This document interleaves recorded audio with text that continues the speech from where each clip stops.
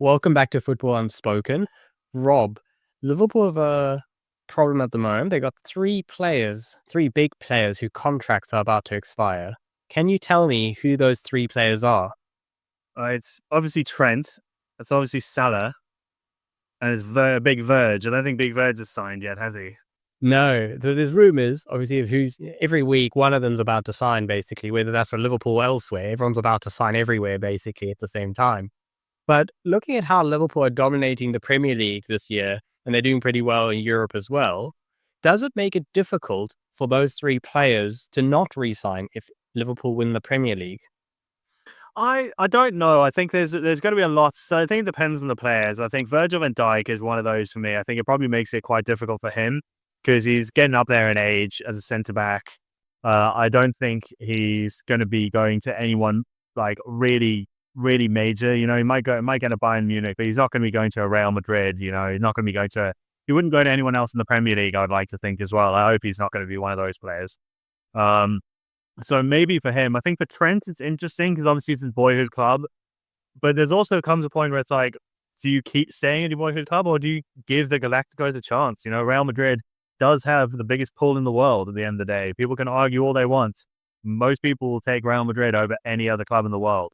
And then Salah, I think, is going to be mostly about his treatment, I would potentially say, but as well as just how homesick he is. I think how much does he want to go back to North African area? How much does he want to go back to that Middle East and North Africa, Saudi, Egypt, that kind of area? Because he could extend, but I couldn't see it being for a very long time.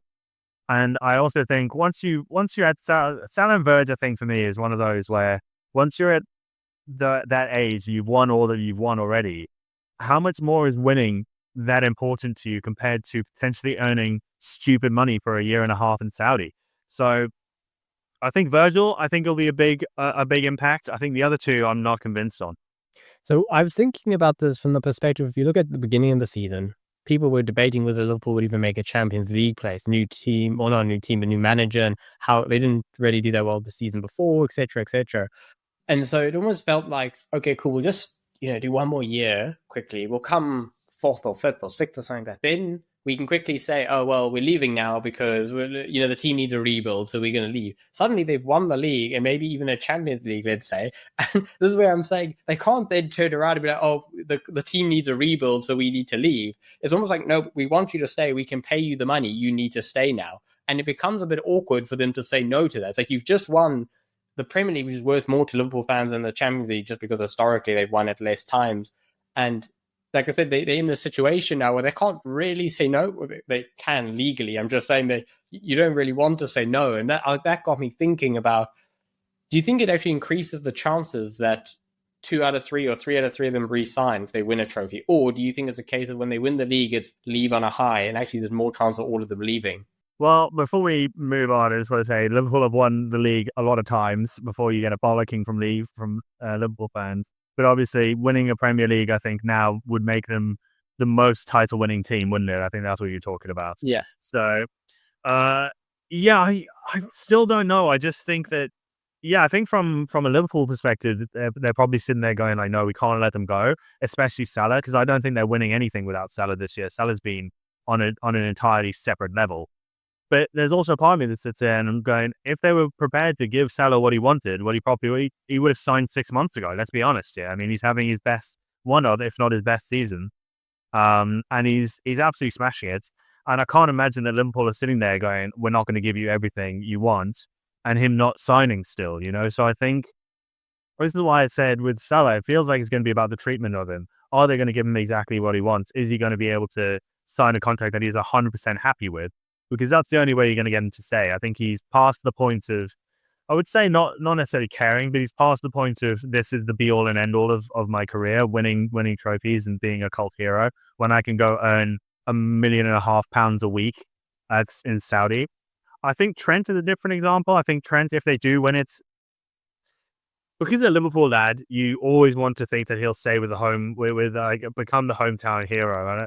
But I just think it depends on who's genuinely after him. Because also, you got to remember, if they do win the Premier League and they do win the Champions League, then Real Madrid, they love winning a Champions League. They will want Champions League winners in their squad, and they will go for Trent Alexander Arnold hard.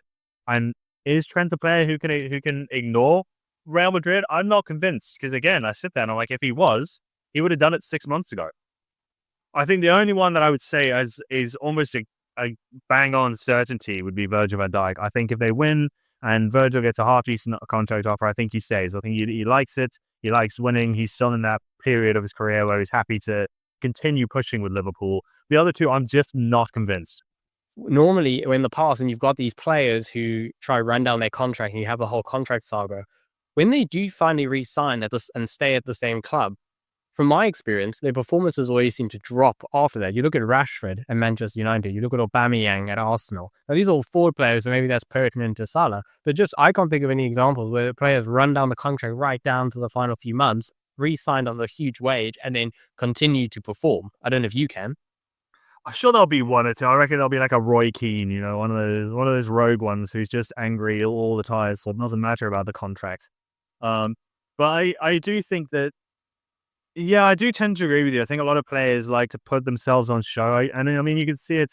I'll use Newcastle as an example, but years ago when Newcastle had their French Revolution and we had Yohan Cabaye and Sissoko and all they always seemed to, Sissoko specifically, loved to play against top six teams, and so did like Gini Wijnaldum.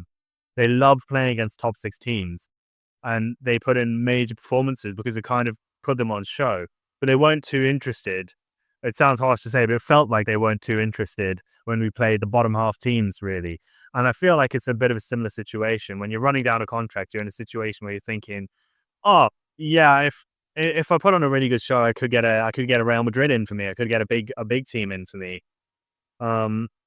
So it might push them a bit further, but it'd be interesting to see if they sign a contract now. Does Salah fall off a cliff? Who knows? So Yeah. it is definitely a possibility.